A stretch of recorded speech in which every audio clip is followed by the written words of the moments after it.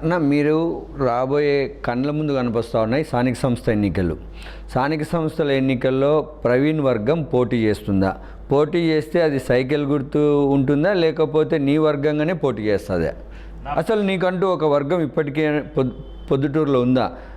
నా ప్రొద్దుటూరులో ప్రవీణ్ వర్గం అనే వర్డును ఫస్ట్ పక్కన పెట్టండి. తెలుగుదేశం పార్టీ మేమంతా ఒక వర్గం. అయితే ఒక డిస్టర్బెన్స్ ఎక్కడ జరిగిందంటే, ఎవరైతే అపోజిషన్లో ఉండి లాస్ట్ 6 నెలల్లో 3 నెలల్లోనో తెలుగుదేశం పార్టీ అధికారం వస్తుందని చెప్పేసి కొందరు వైకాపా కోవర్టులు, వాళ్ళను వాస్తవంగా అయితే నేను తక్కువ చేసి మాట్లాడకూడదు, కానీ వైకాపా నుంచి వచ్చిన కుక్కలు, మళ్ళా చెప్తాను, కొన్ని వైఎస్ఆర్ కాంగ్రెస్ పార్టీకి విశ్వాసం చూపించి అక్కడ బిస్కెట్లు తిన్న కొన్ని కుక్కలు వచ్చి మా పార్టీలో చేరినాయి చూడు, వాళ్ళు ఈడ వర్గాలను పెడుతున్నారు. నేను పెట్టలే.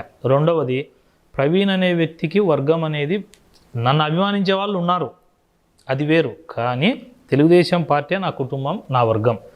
ఇక్కడ నా వర్గానికి టికెట్లు ఇస్తారా, ఇంకొకరి వర్గానికి టికెట్లు ఇస్తారా అనే భేదాలు మాకు లేవు. దట్టు ఇక్కడ లోకల్లో ఎమ్మెల్యే ఉన్నాడు, ఎమ్మెల్యే కొడుకు ఉన్నాడు, ఎమ్మెల్యేకి సంబంధించిన వాళ్ళు ఉన్నారు, వాళ్ళు రేపు స్థానిక సంస్థలు చూసుకుంటారు. రెండవది, నా వంతుగా పార్టీకి తెలుగుదేశం పార్టీ అభ్యర్థులు ఎక్కడైనా పోటీ చేస్తే తెలుగుదేశం పార్టీ అభ్యర్థులు గెలిచేదానికోసం నా అవసరం ఎంత ఉంటుందో ఆ అవసరానికి చేస్తాను, నేను రెడీగా ఉంటా. లేదు ఒకవేళ ఇక్కడ ఉంటుంటే ఎమ్మెల్యే గారికి మాకు ప్రవీణ్ రావడం ఇష్టం లేదు, మేమే చేసుకుంటామంటే రైట్, నేను పులివెందలకో లేకపోతే ఇంకో కడపకో ఇంకా టఫ్ కాన్షియన్స్ ఎక్కడన్నా ఉంటే అక్కడ పోయి ఎలక్షన్ చేసుకుంటా.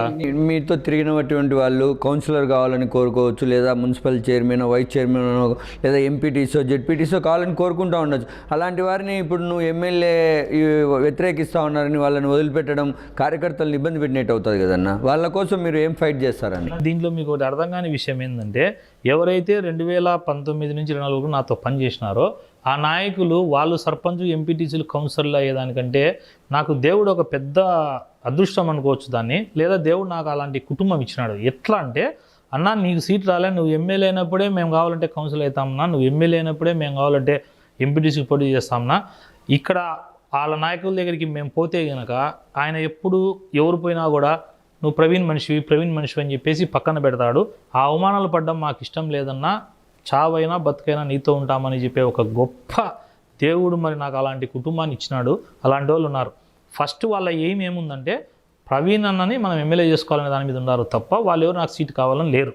ఒకవేళ 2019 నుంచి 2024 వరకు పనిచేసిన వాళ్ళు కన్నా నా దగ్గరికి వచ్చి, అన్న మనస్ఫూర్తిగా మేము ఈరోజు ఈ వార్డు కౌన్సిలర్గా పోటీ చేయాలనుకుంటున్నాము అని అడిగితే, లోకేష్ అన్న దగ్గరికి పోయి వాళ్ళకి బీఫాములు తెచ్చిచ్చి వాళ్ళని ఆ స్థానాల్లో గెలిపించుకునే కెపాసిటీ నాకుంది. గెలిపించుకుంటా కూడా, వదిలేయను. అయితే నన్ను అడగల. వాళ్ళు ఎందుకు అడగడం లేదంటే, వాళ్ళకి నన్ను ఎమ్మెల్యే చేయాలనేది ఉంది. ఒక లీడరు తను కౌన్సిలర్ అయ్యేదానికంటే నన్ను ఎమ్మెల్యే చేయడానికోసం ఉన్నాడంటే నిజంగా అట్లాంటి కుటుంబం, అట్లాంటి ఆత్మీయులు నాకు దొరకడం నా అదృష్టం.